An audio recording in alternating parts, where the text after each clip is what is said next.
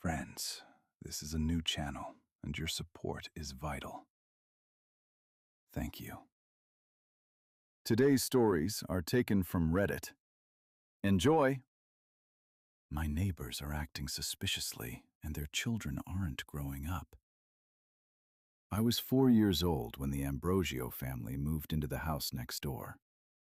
There were 4 of them: Mother Valentina, Father Paul, and 2 children, 8-year-old daughter Ria and 5-year-old son Billy.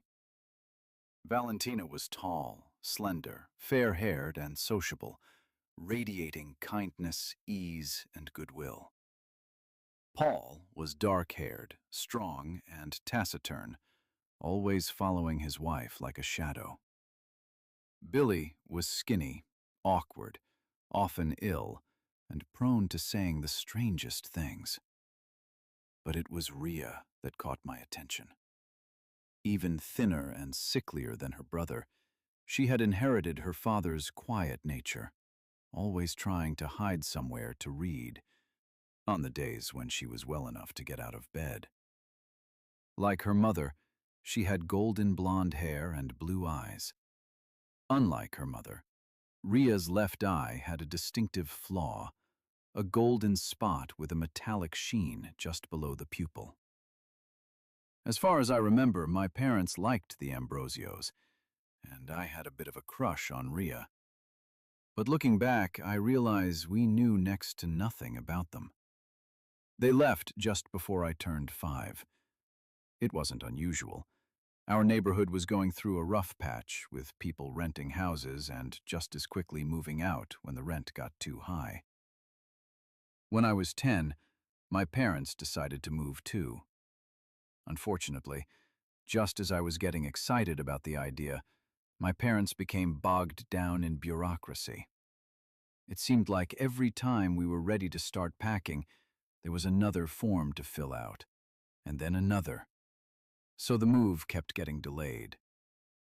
And then, a week after we were supposed to leave, the Ambrosio family returned and settled into their old house. That day, the first people I saw were Rhea and Billy. They jumped out of the car and strode down the driveway as if they'd never left. I knew immediately something was wrong. Neither of them had grown up. Rhea was only 8, and Billy was 5. It had been 5 years since I'd last seen them, but even I remembered them being bigger than me.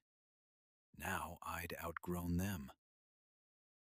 Just as I recovered from the shock, Valentina stepped out from behind the wheel, as energetic as she had been 5 years ago, her face unlined and her hair barely gray. Then she saw me peering over the fence. In an instant, her smile turned to a stunned expression. Then her lips curled, and she glared at me with such fury that I instinctively hid. When I finally mustered the courage to peek out again, she had already entered the house along with Paul and Billy. Rhea was still standing in the yard, her eyes wide, and they held an emotion I'd never seen in her before. Hope. Valentina ran out onto the driveway, grabbed Rhea by the hand, and dragged her into the house, hissing furiously. They disappeared into the house, and a moment later I heard a faint but unmistakable cry of pain. I didn't tell my parents what I'd seen. I wanted to, but something in Valentina's gaze, full of venomous hatred, filled me with such horror that I couldn't bring myself to speak of it.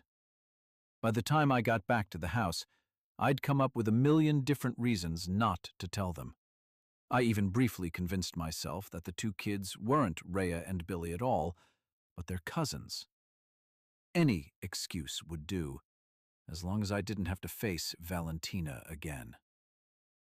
But I couldn't forget the way she grabbed Rhea, and the scream I heard after she was dragged into the house. So despite my fear, I kept a close eye on the Ambrosio house, trying to catch a moment when I could talk to one of the children without their parents noticing. One day, Valentina took Paul and Billy with her to the store, and I took the opportunity to sneak a peek, hoping to talk to Ria. She was waiting for me by the back door, I immediately noticed a golden spot in her left eye, and all my doubts vanished. This was the real Ria Ambrosio, somehow still 5 years old.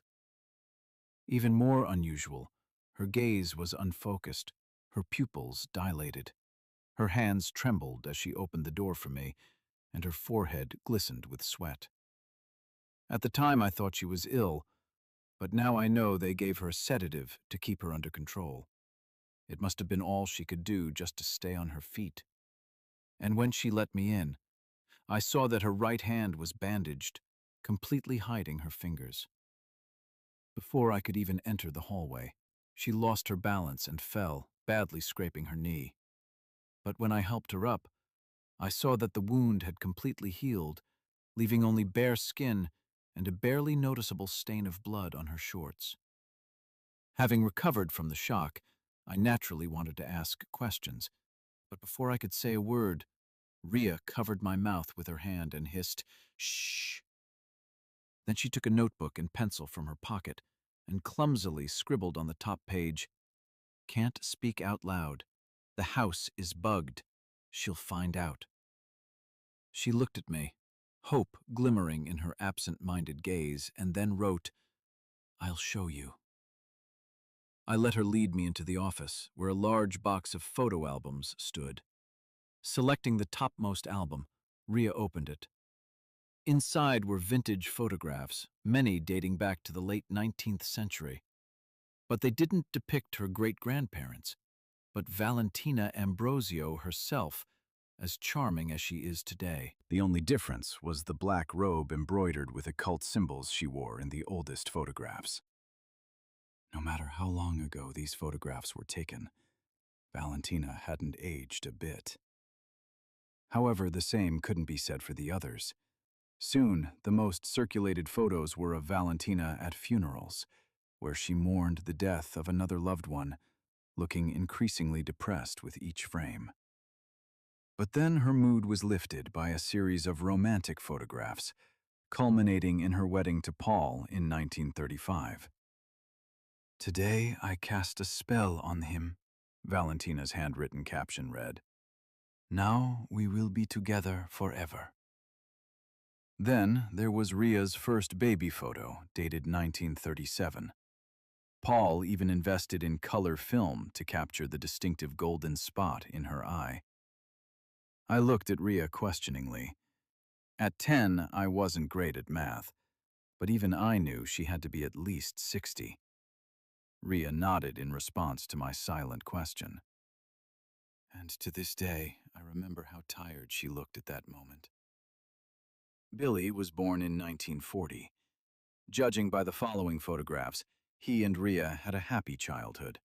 Trips to the beach, lavish family Christmas parties, tree houses, Halloween parties with incredibly realistic costumes, and even a few shots of Ria poring over a huge leather-bound book captioned, "My Little Sorceress." But with each new photo, Valentina's mood began to change again. When Ria was 9 and Billy was 6, their mother's expression darkened with displeasure, and every smile from then on seemed increasingly forced as they grew older, until finally a photo of Ria as a teenager leaving for college appeared, Valentina standing next to her with tears in her eyes. The next few pages of the album were vignettes from Ria and Billy's adult lives, photos sent to Valentina, torn up in anger, and then hastily reattached with tape. It all ended in 1962, with a beautiful handwritten letter, sealed and preserved in plastic. "Dear Ria," it read, "I've considered your request and now realize I was wrong to speak to you so harshly.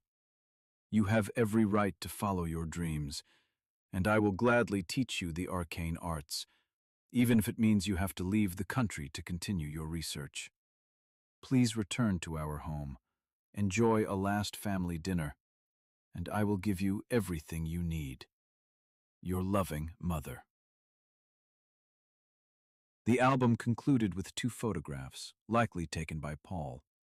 The first showed Ria as an adult, tall, graceful, confident, and impeccably dressed. Valentina stood behind her, her hand glowing faintly, her face twisted into a hideous grin. The second image showed 8-year-old Ria, draped in oversized adult clothing, her mouth open in a scream of terror, and Valentina laughing triumphantly in the background. "This family will never fall apart," the caption read. "Now we will be together forever." Billy was subjected to no such formalities. He was kidnapped on his way to the dorm, then tied to a chair, then bewitched and returned to 5 years old. And this time, the entire transformation was captured in no less than 30 photographs. The next few albums chronicled Valentina forcing her 2 immortal children to live their second childhood the way she wanted. There were Christmas parties, tree houses, books, and trips to the beach again, but the joy had vanished, as had the friends they once invited. Worst of all were the photos of Billy, looking increasingly distracted with the caption, "Finally they found the right cure. Now he's acting his age. It's a shame there's no medicine that could make him more docile." But it wasn't until Ria decided to show me the nursery where she and Billy slept that I finally realized how terrible their lives had become. It was there that most of the punishments for being too old took place. In the end, the only reason Rhea was able to escape that room and let me into the house was because Paul had misdosed her drugs. On the outside, Ambrosio's nursery was as bright and cheerful as a nursery should be, but the door was hung with locks and chains. Handcuffs were attached to the bed frames, and the mattresses were covered with plastic sheeting. On the top shelf of a tall dresser stood a multitude of pill bottles, glass vials, and syringes. And a strange-looking mobile hung from the ceiling. Mobiles like these usually feature figures of animals, fish, birds, or stars. But this one had 5 strange objects hanging from fish hooks. I didn't understand what they were until I saw the fingernails. My heart pounded, and I looked at the bandages on Rhea's hand. She responded by showing me a note that made my blood run cold. "Fingers take a long time to grow back." Rhea wanted freedom. She explained it in her notes and begged me for help. She said she simply needed me to sneak into the house after everyone was asleep and copy a few pages from her mother's grimoire, just enough to control her own age and force Valentina to let them go. After Rhea and Billy were chained to their beds at night, Valentina had a habit of leaving the grimoire outside the safe in the study, especially if she'd had a few glasses of wine during her nocturnal research. If Rhea left the bathroom window unlocked, it would be easy for me to sneak in, or so she said. Eventually, I agreed to help, mostly out of pity, but also because Rhea said my life was in danger too. After all, Valentina regularly forged documents and moved with her family to avoid anyone noticing their immortality. And my parents ruined everything by delaying their departure from the old neighborhood, leaving me as a witness. And Valentina has left many inconvenient witnesses in shallow graves over the years. Looking back, I'm glad I didn't accept any of the drinks she offered me earlier. So that night, after my parents were asleep, I slipped out of bed, armed with a disposable camera, left through the back door, and crept to Ambrosio's house. The bathroom window was left unlocked, as Rhea had promised, and it didn't take much effort for me to climb over the sill and enter the house. I still remember the deathly silence in the hallways as I tiptoed into the study, the shadows bending and spreading around me, the way I froze at every pause in the muffled snores coming from the master bedroom, the way I tried so hard not to think about how Valentina would kill me if I was caught. Somehow, I managed to sneak into the study unnoticed, and sure enough, Valentina's magical grimoire was lying on the desk exactly as she'd left it. Once I was sure no one was awake or would hear me, I closed the door, turned on the desk lamp, leafed through the book, found the pages Rhea had requested, and photographed each one. Once I finished photographing, I turned off the light and quietly slipped out of the house, just in time. Paul had just gotten up for a glass of milk, and if I'd been even a minute late, he would have seen me leave the office. But I did notice he was prepared for Billy or Rhea to escape the nursery. He was armed with a cattle prod. The next day, I developed the photos. It cost me most of my allowance, and I was glad no one in the store asked questions about the contents. Then, while Rhea and Billy were playing outside and Valentina was home, I passed the photos to Rhea through a hole in the fence. It was a momentous occasion, because it was the first time I'd seen her smile in 5 years. She whispered, "I won't forget this, Tom. I owe you more than you can imagine." I don't know how she managed to hide the photos long enough to learn the spells, but I was expecting spectacular results. I thought Valentina and Rhea's confrontation would be like a magical duel straight out of Hollywood, and I believed it so much that I spent the next few days waiting to see the fireworks. But now I understand that Rhea had no intention of confronting her mother. After all, the last time she gave Valentina a chance, she rejuvenated Rhea, returning her to her childhood. Why risk giving her another chance? One morning, I woke up to find the house next door eerily quiet. I watched for almost an hour, searching for any sign of life, then crept inside and explored. The front door was open. The filing cabinets and safe had been emptied. Valentina's closet had been ransacked, and the car had disappeared from the driveway. No trace of the Ambrosio family remained. After that, my family and I moved to Vermont, and my life returned to normal. Years passed. I did well in high school, went to college, got a job, started getting promotions, and eventually bought myself a small house for next to nothing. However, I was familyless. Meeting Ambrosio had forever put me off getting married and having children. And then, last month, I had new neighbors.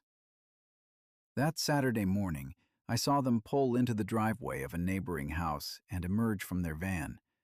A family consisting of a mother and at least 12 children, ranging in age from 14 years to 3 months. 5 of them were dressed as pirates, wearing blindfolds. Their mother looked eerily familiar. Tall, dark-haired, confident, in her 30s, and in the last months of pregnancy. Just looking at her reminded me of photographs from the 1960s. But when she came over to say hello, I noticed the distinctive golden spot in her left eye, and finally understood why she seemed so familiar. Rhea winked at me. "I told you I owe you more than you could ever imagine," she whispered. Then she walked away to escort the children into the house, pausing only briefly to gesture for me to follow. And so I did, watching in awed silence as my old childhood sweetheart settled her family into their new home with the speed only magic could achieve. She had learned much in the years since our last meeting. The house's interior dimensions had begun to distort and expand around us. But despite my shock, I quickly became suspicious. The way Rhea's children stood at attention when she spoke and flinched when she raised her voice was unsettling, as were the strange, fascinated glances they cast at her. And when I saw that the eldest child, at 14, looked exactly like Billy Ambrosio, I realized there could only be one explanation. You said you just wanted to be free, I breathed. Yes, she replied. But I had to keep Mum and Dad under control, help Billy recover, and try to get my life back on track. It was easier to keep them young and weak. And after years of failing to succeed, I realized I'd missed too many opportunities, too many stories I could have succeeded in. Ria smiled sadly. Ultimately, I realized that after everything I'd endured at my mother's hands, what I wanted more than anything was power. To regain the control I'd lost. Magic gave me power, true, but parenthood gave me so much more. There's no purer drug in the world than a child's fear and love for its mother. She giggled like a wicked witch. Now I understand why so many cult leaders force their followers to call them father. I swallowed hard. But where did all these children come from? I asked nervously. Who are they? Oh, drunks, drug addicts, petty criminals, the kind who won't be sought out or mourned.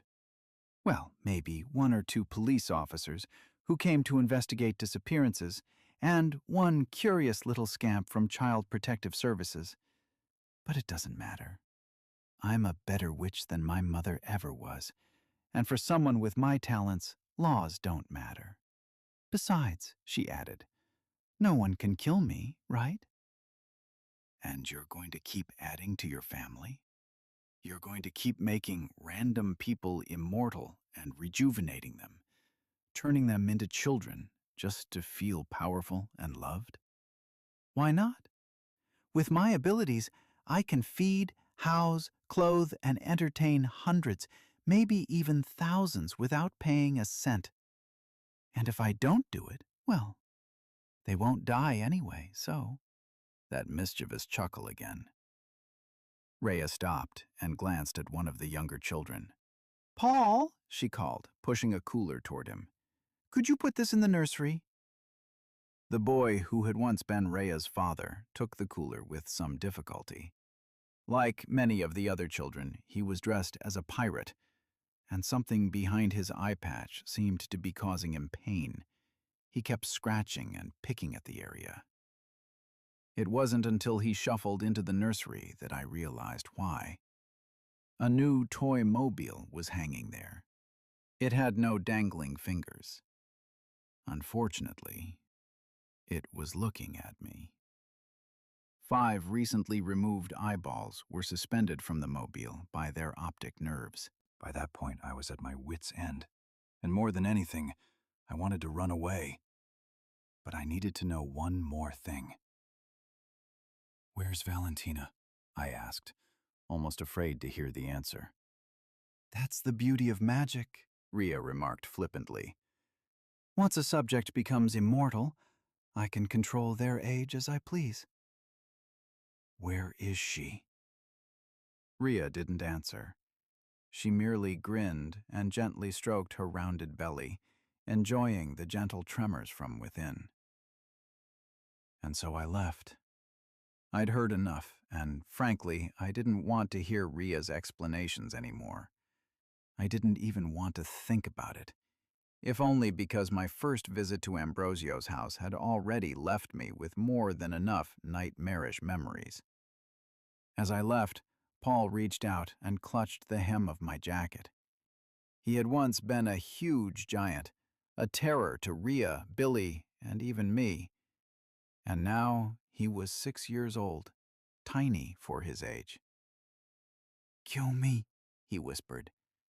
Please, kill me.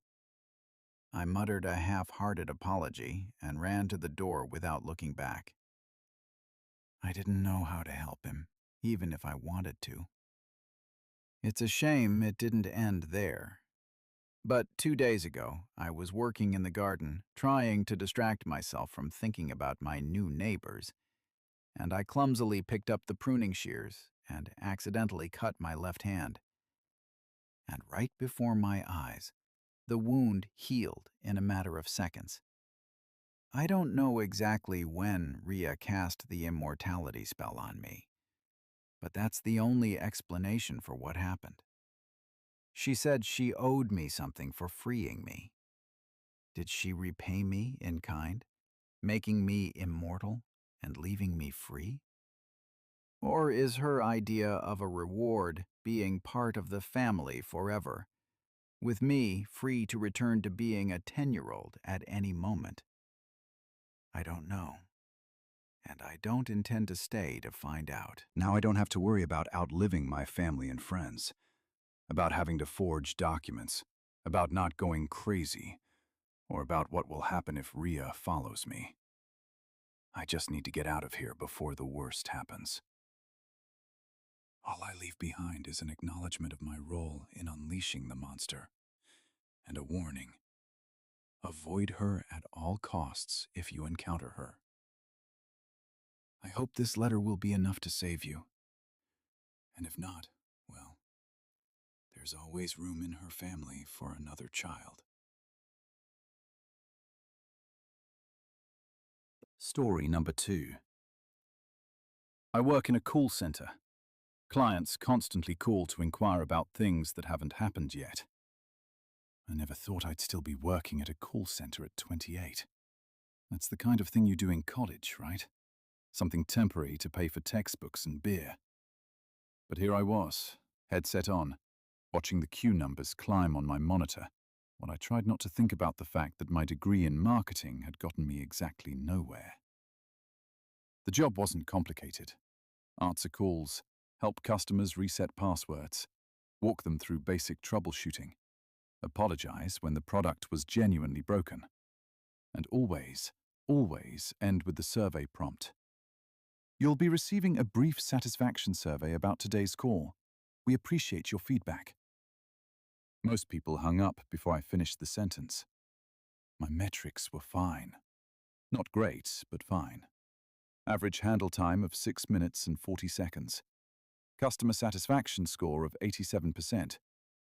Enough to keep me employed, but not enough to get noticed for anything better. I was professionally invisible, which suited me at the time. The office itself was depressing. Grey cubicles, fluorescent lights that hummed at a frequency that gave you headaches, and motivational posters that someone in HR probably thought were inspiring. Every call is an opportunity. Your attitude determines your altitude. That kind of thing. My cubicle was in the middle of the floor, surrounded by 20 other people having 20 other conversations with 20 other frustrated customers. I worked the evening shift, 3 to 11. It meant I never had to wake up early, which was good, but it also meant my sleep schedule was permanently fucked, and I never saw my friends. Not that I had that many friends left. Most of the people I knew from college had moved away, or gotten serious jobs, or gotten married. The guys I'd been close with were all coupled up now, doing couple things, and I was the third wheel nobody wanted to invite anywhere. My roommate, Derek, worked normal hours doing something with data analysis that he'd tried to explain to me once, but I hadn't really understood. We were friendly. We split the bills on time, didn't leave dishes in the sink for more than a day, and occasionally watched a game together if we were both home. But we weren't close. I don't think either of us had the energy for close. The dating thing was getting to me more than I wanted to admit. It had been almost 2 years since my last relationship ended, and every attempt since then had gone nowhere. Dating apps were a nightmare of ghosting and one-word responses. The few dates I'd managed to get were awkward and went nowhere. I was starting to wonder if there was something fundamentally wrong with me that everyone else could see, but I couldn't. My mom kept asking if I was seeing anyone. My sister had stopped asking, which was somehow worse. All of this is to say that when the calls started, I was already not in a great place.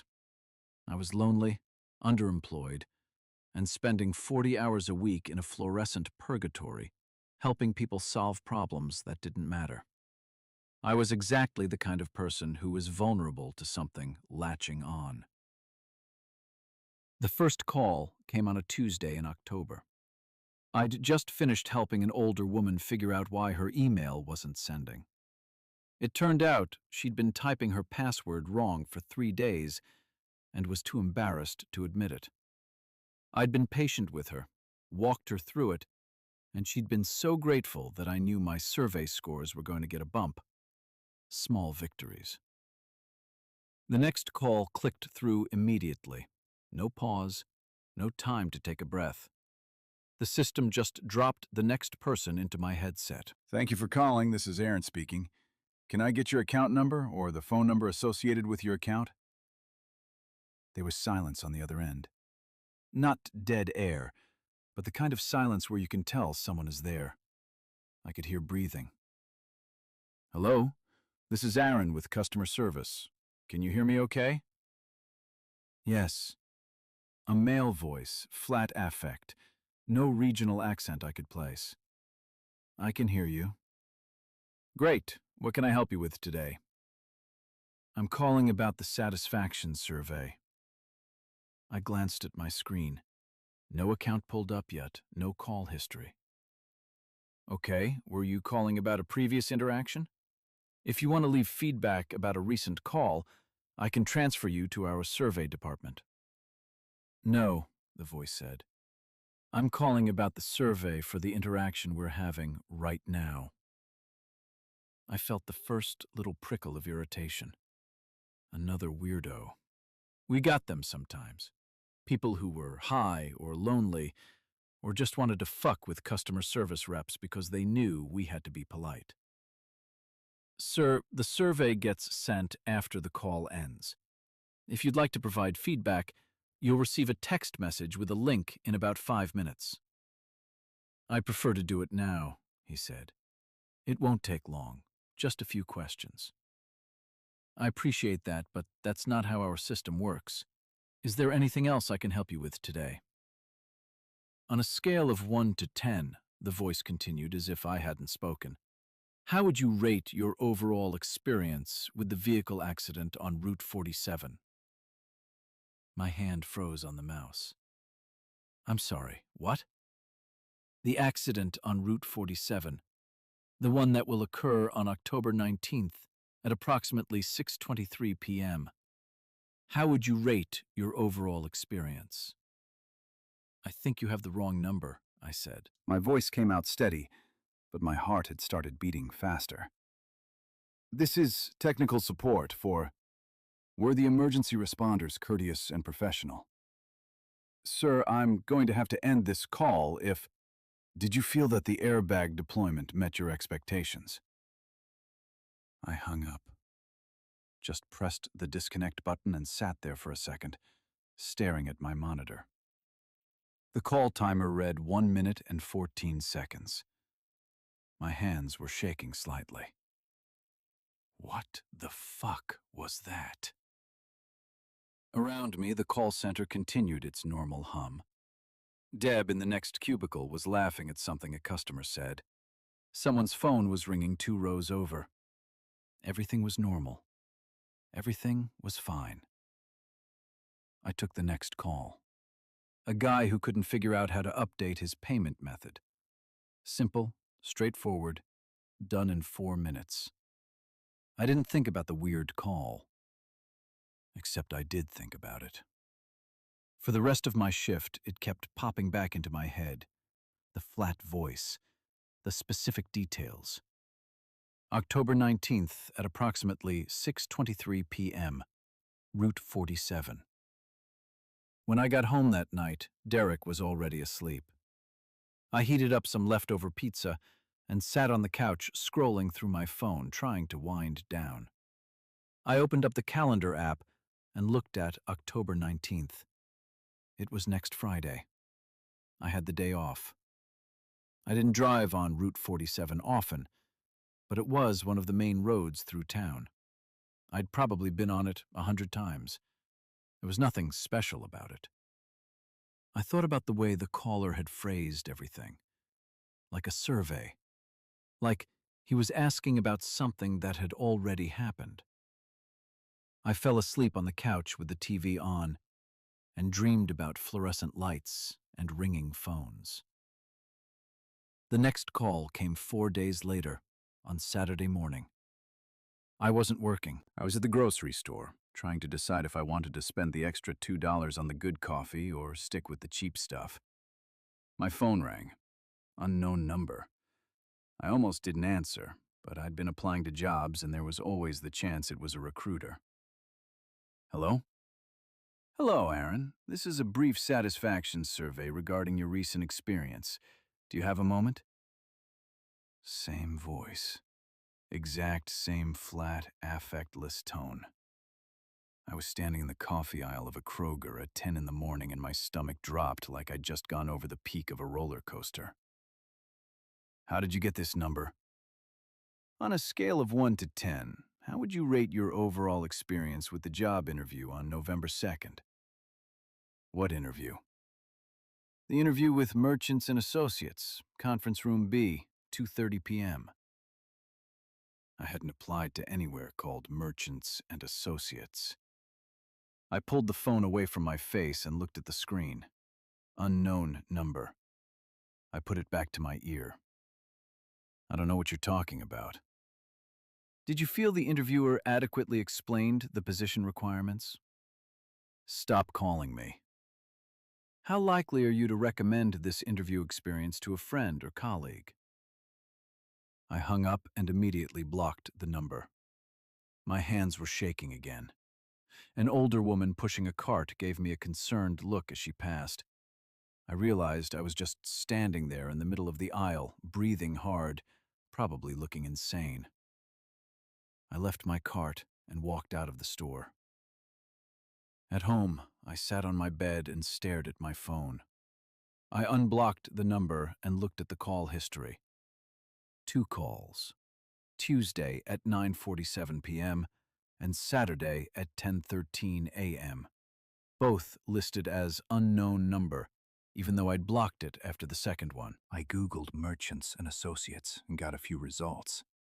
There was a consulting firm in Chicago, an accounting practice in Boston, and a law office in Denver. None of them were local.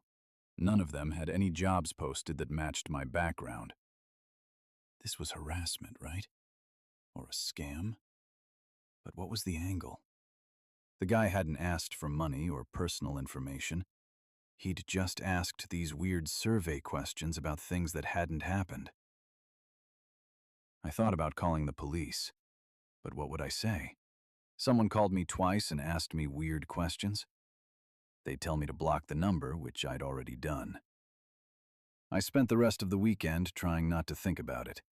I went to the gym, watched football, ordered Chinese food. Normal weekend stuff. Derek asked if I was okay on Sunday night, and I said I was fine. He looked like he didn't believe me, but he didn't push it.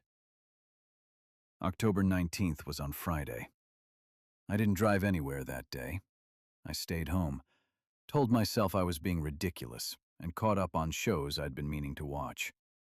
At 6:15 p.m., I was in the kitchen making a sandwich when my phone buzzed with a news alert. Multi-vehicle accident closes Route 47. 2 injured. The timestamp said 6:24 p.m. I read it 3 times. Then I opened the full article. A 2-car collision at the intersection of Route 47 and Blackwell Road. 1 driver ran a red light. 2 people taken to the hospital with non-life-threatening injuries. Road expected to be closed for several hours. The sandwich ingredients sat on the counter, forgotten. I read the article again. Then I went to my room and pulled up the call history on my phone. October 15th, 10:13 a.m. How would you rate your overall experience with the vehicle accident on Route 47, the one that will occur on October 19th at approximately 6:23 p.m.? 6:23 p.m. The accident happened at 6:24 p.m. I sat down on the bed because my legs felt weak. This was a coincidence. It had to be. Route 47 was a busy road. Accidents happened there all the time. The fact that this guy had called and mentioned an accident and then an accident happened, that was just a coincidence. Except he'd given the specific date. and the specific time, accurate to within 1 minute.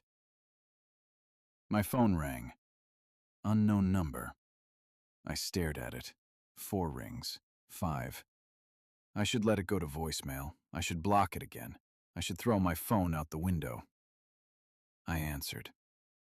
Hello, Aaron. Thank you for your time. This will only take a moment. How did you know? My voice cracked on the last word. On a scale of 1 to 10, how would you rate the overall quality of the Thanksgiving dinner at your sister's house? What?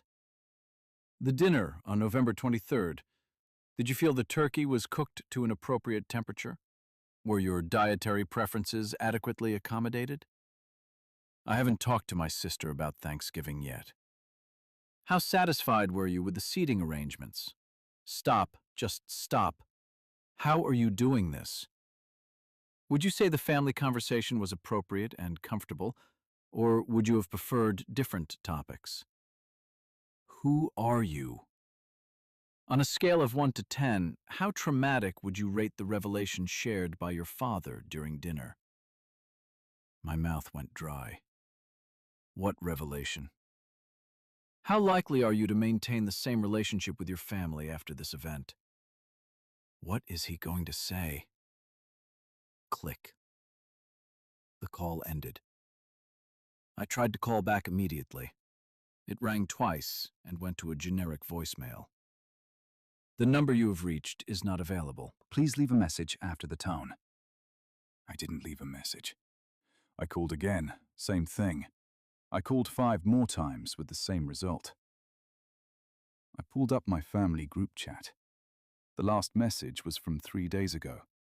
My mum asking if anyone wanted to come over this weekend to help rake leaves. My sister had replied with a leaf emoji and, "I'll be there." I'd sent a thumbs up. Normal family stuff. No drama. No signs that anything was wrong. I called my sister. She answered on the 3rd ring, sounding distracted. Hey, what's up? Are you and Tom hosting Thanksgiving this year? Probably. We haven't really decided yet. Mum might do it. Why? Just wondering. Has Dad seemed okay to you lately? Dad? Yeah, I guess. I don't know. I haven't talked to him much. Why? Did Mum say something? No, never mind. Just wanted to check in. Okay, weirdo. Hey, I've got to go. Tom and I are meeting some friends for dinner. Yeah, okay. Have fun. She hung up and I sat there holding my phone, feeling stupid. What had I been expecting her to say? That Dad had some dark secret he was planning to reveal over turkey and stuffing. This was insane. But the accident had happened, exactly when the caller said it would. I didn't sleep well that night. Work the next week was a blur.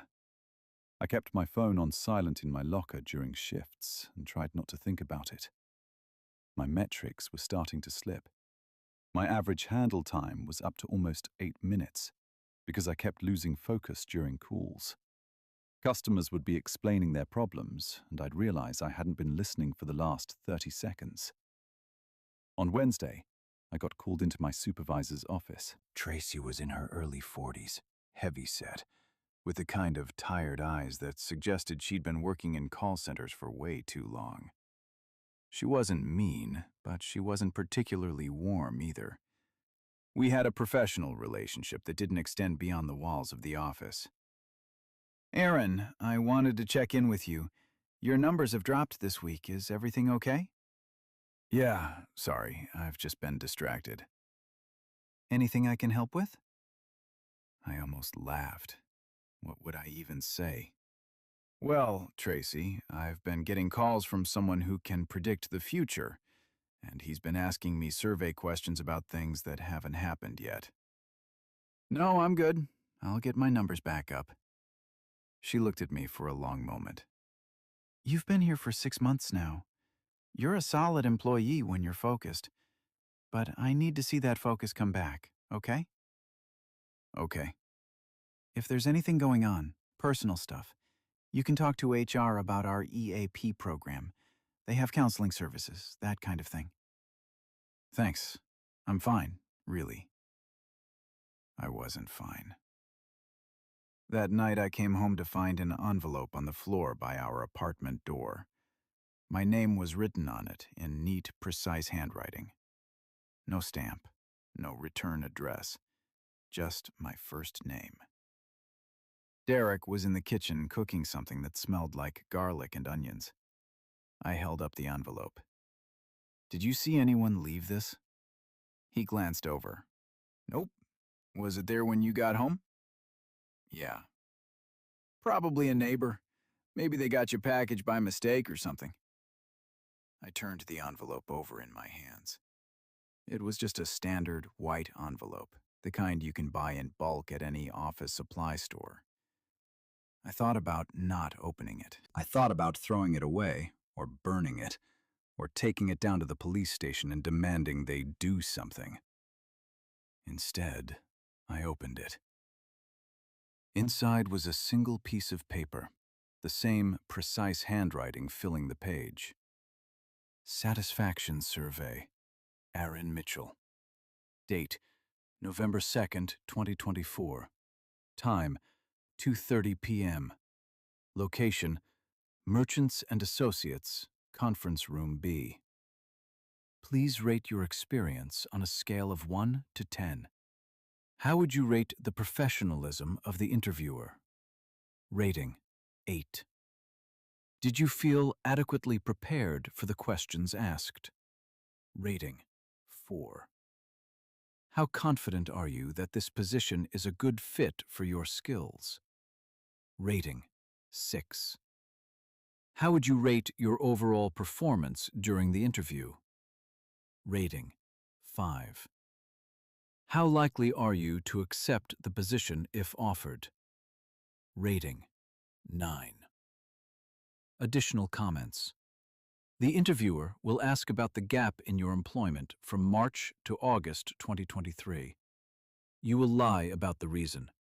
This will not affect the job offer. You will receive the offer on November 8th. Starting salary will be $52,000, which is $8,000 less than you hoped for, but $12,000 more than you make now. You will accept. I read it 3 times. My hands were shaking so badly, the paper rattled. "You good man?" Derek called from the kitchen. "Yeah," I managed to say. "Just a, notice about a package." I went to my room and closed the door. I sat on the bed and stared at the paper. March to August 2023. That was when Rachel and I had broken up, and I'd kind of fallen apart. I'd quit my job because I couldn't handle being around people. Spent most of those months in my apartment, playing video games, not answering calls from friends or family. It was the lowest point of my life, and I didn't like to think about it. On my resume, I'd listed it as freelance consulting, which was technically true because I'd picked up a few gig economy jobs to pay rent. But mostly, it was a lie to cover up 6 months of depression. Nobody knew about that except Rachel, and we hadn't spoken since the breakup. I grabbed my laptop and searched for Merchants and Associates again, this time adding my city name. Nothing. I tried different combinations, different searches. Finally, I found it. A small business consulting firm that had apparently just opened a local office 3 weeks ago. Their website was bare bones, clearly still under construction. There was a careers page with a generic email address for inquiries. No posted positions. No job listings on any of the major sites. I sat there for a long time, the letter in one hand, my phone in the other. Then I did something stupid. I sent an email to the careers address. Subject line, Inquiry about positions. Body. Hello, I'm a marketing professional with 5 years of experience looking for new opportunities. I'd be interested in learning more about any current or upcoming positions with your firm. Please let me know if you'd like me to submit my resume. Thank you, Aaron Mitchell. I hit send before I could talk myself out of it. Then I went to the kitchen and asked Derek if he wanted to play some video games. He said sure, seemed surprised I was asking, and we spent the next couple hours shooting zombies and not talking about anything important. It was the most normal I'd felt in weeks. The response came the next morning. Dear Aaron, thank you for reaching out. We're in the process of building our team here in the area, and your background sounds like it could be a good fit. Would you be available for an interview on November 2nd at 2:30 p.m.? We're located at 1840 Commerce Street, Suite 300. Please let me know if this works with your schedule.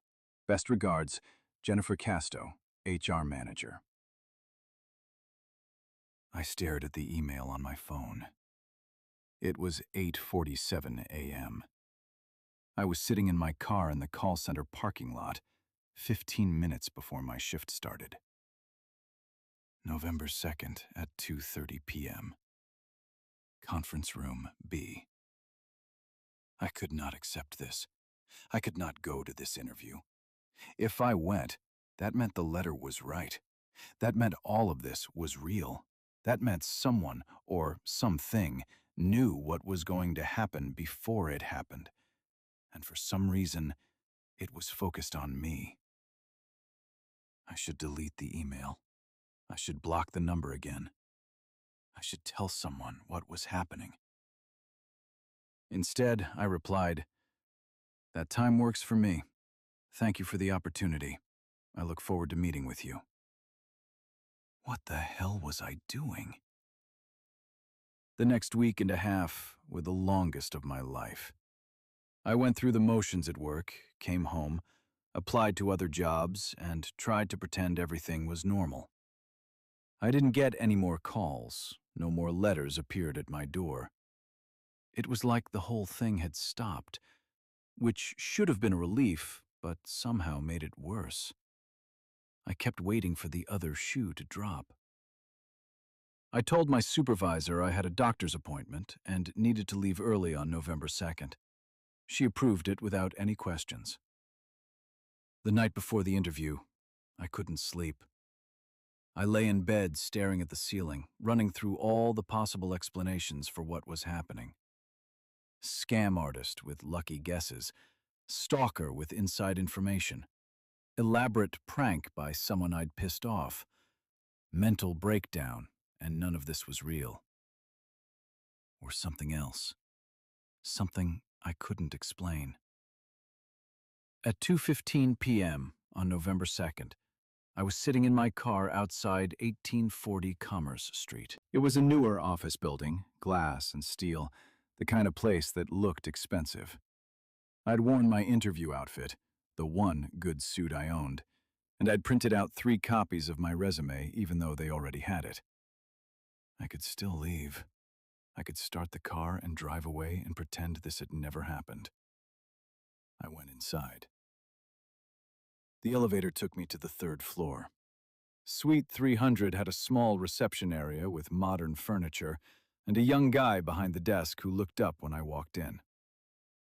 "Hi, I'm Aaron Mitchell. I have a 2:30 with Jennifer Casto." "Great, have a seat. She'll be right with you."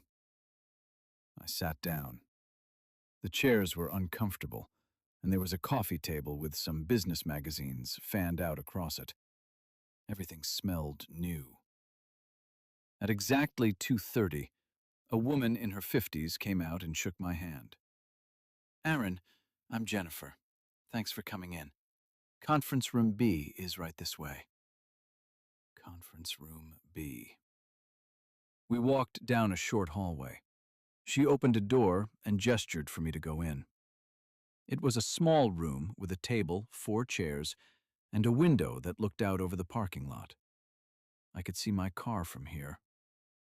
The interview was normal. Painfully, aggressively normal. Jennifer asked about my background, my experience, why I was looking for a new opportunity. I answered everything honestly, except for one thing. When she asked about the gap in my employment from March to August 2023, I said I'd been doing freelance consulting work and wanted to transition to something more stable. She nodded and made a note. If she suspected I was lying, she didn't show it. The position was for a junior marketing associate, client outreach, social media management, some basic analytics. Not exciting, but it was better than the call center. The salary range was $48,000 to $55,000, depending on experience. We talked for 45 minutes. She asked if I had any questions. I asked a few generic ones about team structure and company culture. She answered them pleasantly. Then she stood up and shook my hand again. "We're talking to a few candidates this week, but I think you'd be a strong fit. I'll be in touch soon." I thanked her and left. In my car, I sat there breathing hard like I'd just run a mile. My hands were shaking. The interview had happened exactly as the letter said it would. Conference Room B, 2:30 p.m. She'd asked about the gap. I'd lied. I drove home in a daze. On November 8th, I got a call from Jennifer Casto. They wanted to offer me the position. Starting salary was $52,000. I accepted. Thanksgiving was at my sister's house. I'd thought about not going. I'd thought about a lot of things: faking sick, telling my family I had to work, getting in my car and driving until I ran out of gas. Anything to avoid whatever was going to happen. But I went. My sister Amanda and her husband Tom lived in a nice house about 40 minutes away. 2 stories, big yard, the kind of place I'd probably never be able to afford. They'd been married for 4 years and kept making noises about starting a family soon. Tom was a pharmacist, boring but stable. I arrived around 1 in the afternoon. Mom and Dad were already there, along with Tom's parents. Everyone was in a good mood. The house smelled like turkey and pie. Football was on TV. Everything was normal. We ate around 3. Amanda had gone all out with the decorations, fall leaves and little pumpkins everywhere. The table looked like something from a magazine. I sat between my mom and Tom's dad, directly across from my father. Dad looked the same as always. 62 years old, mostly bald, a little overweight, but not too bad. He'd retired from his job at the power company 2 years ago and spent most of his time now working on his boat and complaining about the HOA. He was in a good mood today, telling stories about his fishing trip last month, laughing at Tom's dad's jokes. The food was good. Amanda had outdone herself. We went around the table, saying what we were thankful for. Mom talked about her grandkids, hypothetical future ones, a not-so-subtle jab at Amanda and me. Tom talked about his family. Amanda talked about their house. Dad talked about retirement. I said I was thankful for my new job, which I was starting in 2 weeks. Everything was fine until dessert. We were having pie in the living room, scattered around on various couches and chairs, when Dad put his plate down and cleared his throat. "I wanted to talk to you all about something," he said. The room got quiet. Mom looked at him with a little frown. "Harold, what is it?" Dad looked uncomfortable, more uncomfortable than I'd ever seen him. He cleared his throat again. "I've been thinking about this for a while, and I talked to a lawyer a few months ago just to understand the process. I'm planning to file for divorce." The room went completely silent. Amanda's fork clattered onto her plate. Mom's face went white. "What?" Mom's voice was barely a whisper. "I'm not happy, Janet. I haven't been happy for a long time. I stayed because the kids were at home. And then I stayed because I thought maybe retirement would make things better. But it hasn't. I want something different for however many years I have left." I couldn't move. I couldn't breathe. My father was sitting there, calmly explaining that he was ending his 35-year marriage, and everyone in the room was staring at him like he'd just announced he was going to burn the house down. "Dad, what the hell?" Amanda's voice was shaking. "I know this is hard to hear, but I've made up my mind." My mom stood up, her pie plate tumbling to the floor. Pumpkin fillings splattered across the carpet. 35 years, Harold. 35 years, and you're telling me this now? On Thanksgiving? In front of everyone? I thought it would be better to tell the family all at once. Better? You thought this would be better? The argument escalated from there. Voices got louder. Amanda started crying. Tom tried to calm everyone down, which just made it worse. Tom's parents sat frozen on the couch, looking like they wished they could disappear. I just sat there, my piece of pie untouched, watching my family fall apart. At some point, I went outside.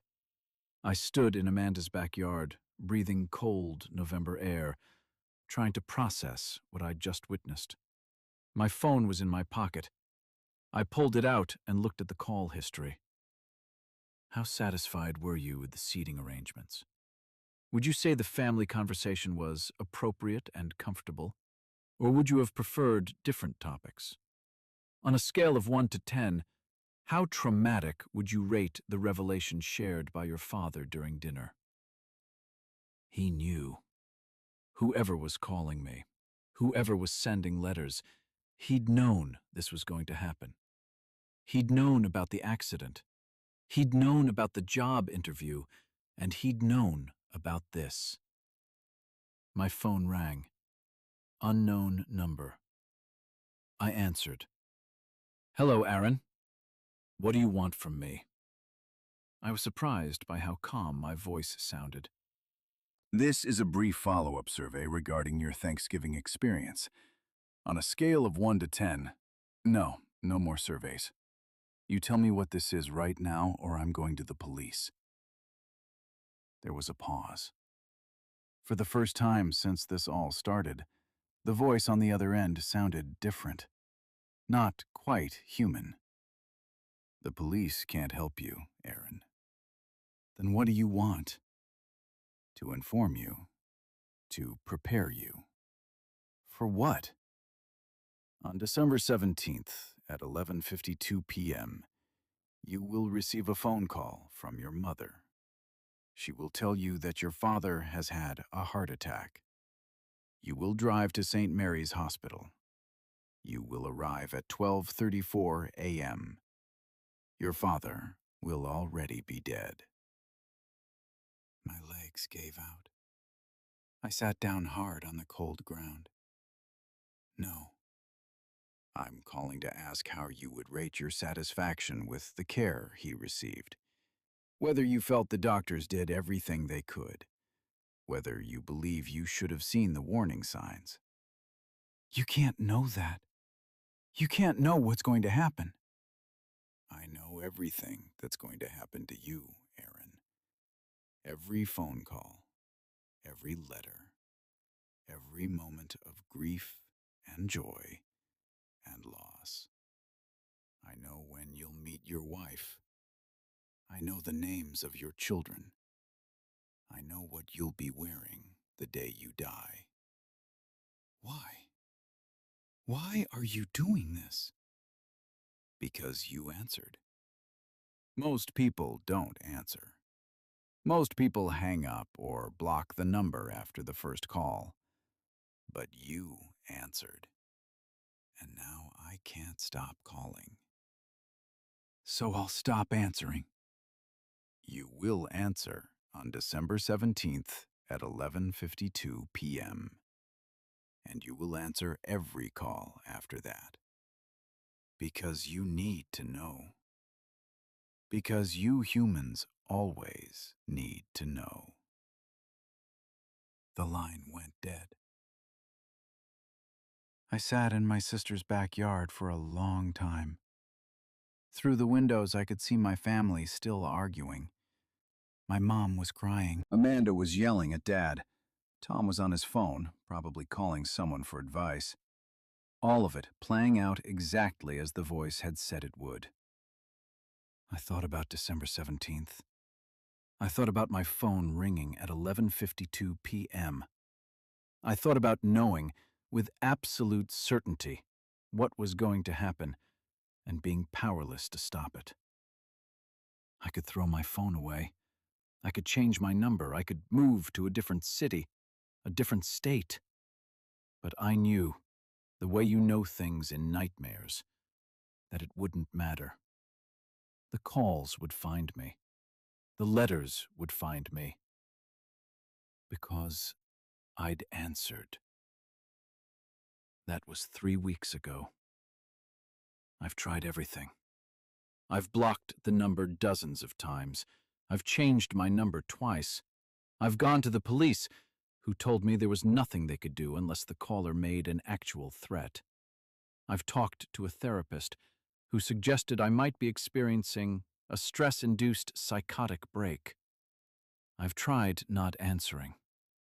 The phone just keeps ringing, sometimes for hours. The longest stretch was 16 hours of continuous calling. I lasted until hour 14 before I picked up. It's always the same voice, always the same format. Satisfaction surveys about things that are going to happen to me.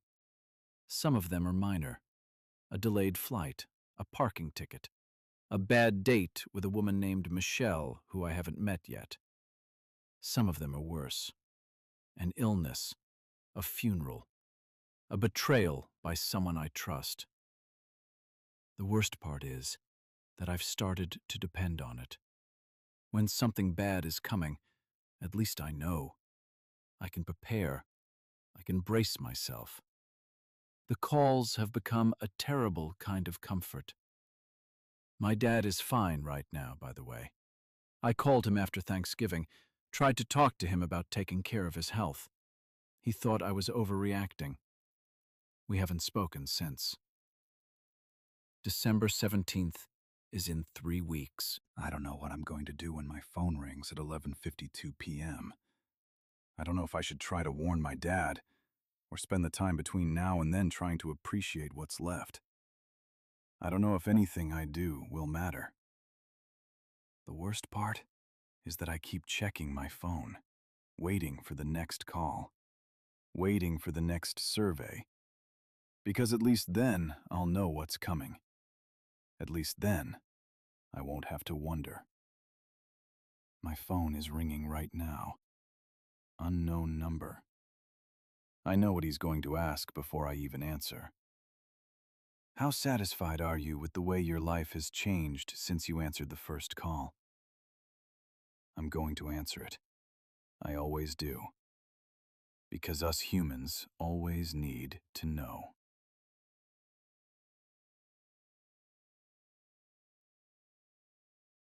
Thanks for listening. How do you like today's stories? Until next time, friends.